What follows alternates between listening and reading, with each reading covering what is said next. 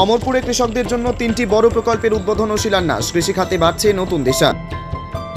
মঙ্গলবার অমরপুরে কৃষি ও কৃষক কল্যাণ দপ্তরের উদ্যোগে একগুচ্ছ উন্নয়নমূলক প্রকল্পের শুভ উদ্বোধন ও শিলান্যাস সম্পন্ন হয়। সবকটি প্রকল্পেরই দ্বারোদ্ঘাটন করেন রাজ্যের কৃষিমন্ত্রী রতনলাল নাথ। সঙ্গে ছিলেন অমরপুরের বিধায়ক রঞ্জিত দাস, বিধায়ক পাঠানলাল জমাতিয়া সহ অন্যান্য বিশিষ্ট ব্যক্তিবর্গ। বেলা 12:30টায় প্রথমে উদ্বোধন হয় প্রায় 2,05,00,000 টাকা ব্যয়ে নির্মিত নতুন কৃষি ভবন ও agri development research cum training centre.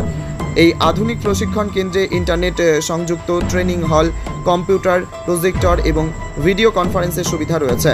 কৃষকরা সরাসরি আধুনিক কৃষি প্রযুক্তি, উর্বরতা বৃদ্ধি ও ফলন উন্নয়ন নিয়ে প্রশিক্ষণ নিতে পারবেন।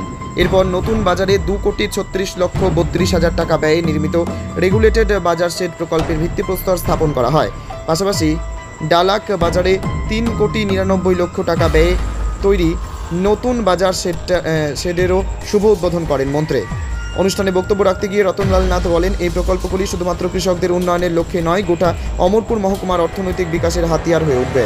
এদিন অনুষ্ঠানে প্রচুর কৃষক ও সাধারণ মানুষ উপস্থিত ছিলেন। তাদের আশা, এই ধরনের বাস্তবমুখী উদ্যোগে কৃষিক্ষেত্রে আসবে নতুন গতি ও কর্মসংস্থানের সুযোগ।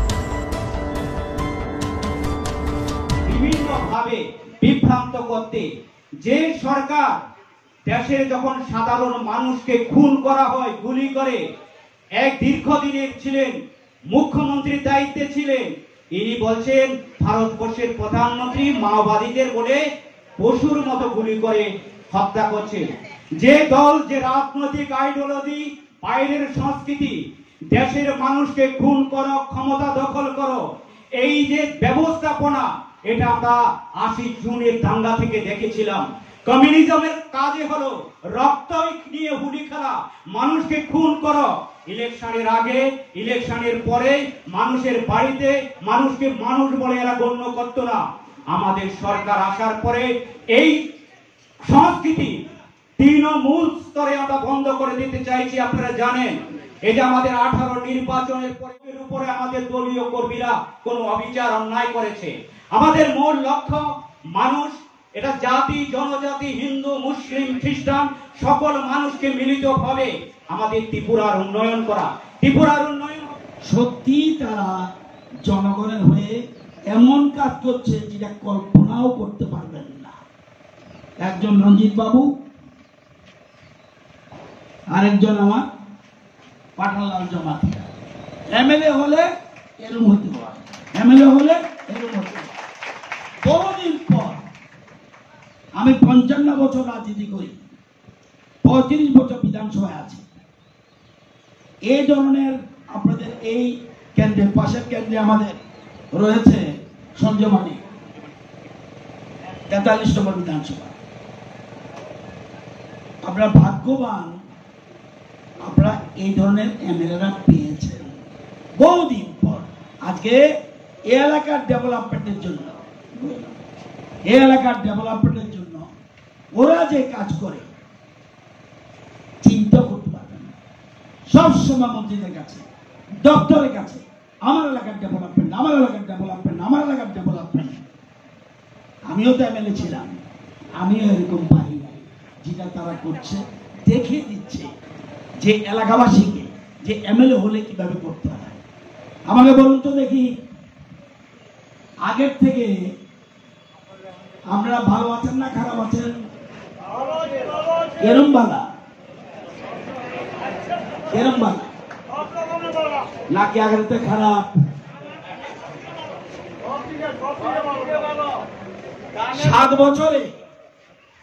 7 বছরে যত ডেভেলপমেন্ট হয়েছে ত্রিপুরা রাজ্যে, including MP, including Amarpur, including করব। সাংবাদিক বন্ধুরা থাকলে জিজ্ঞেস করব, সত্যি কি এত কাজ কোনদিন দেখেছেন? I can guarantee. এত বাড়ি, এত ঘর কোন সরকার আমলে দিয়েছে? যদি বলি কারা কারা ঘর পেয়েছেন একটু হাত তুলুন তো দেখি।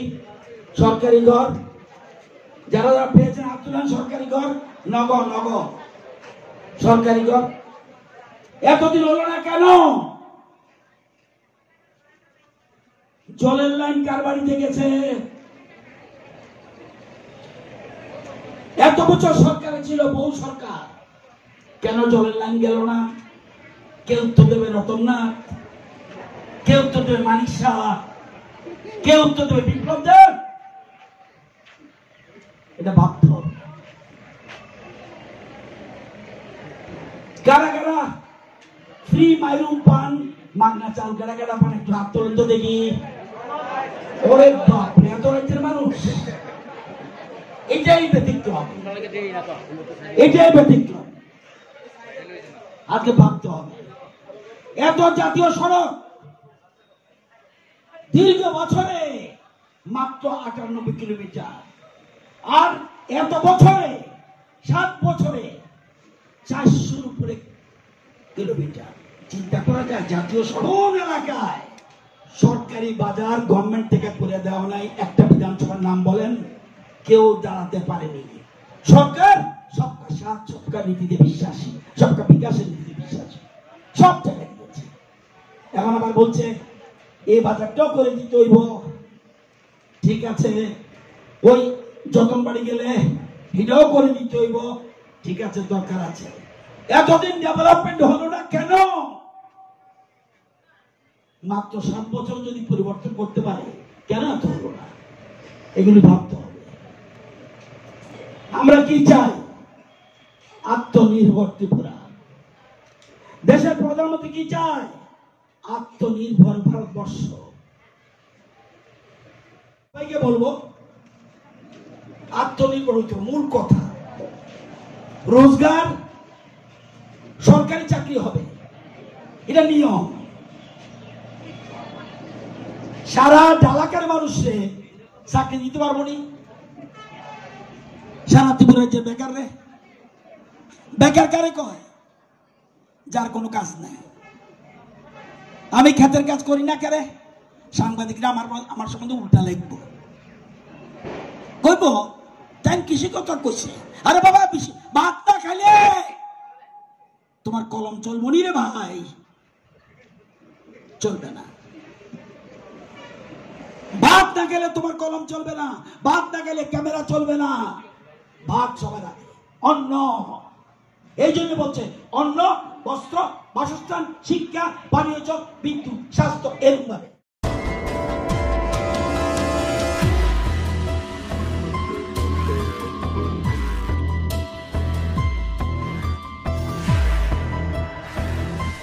নিজস্ব প্রতিনিধির রিপোর্ট, অমর বার্তা।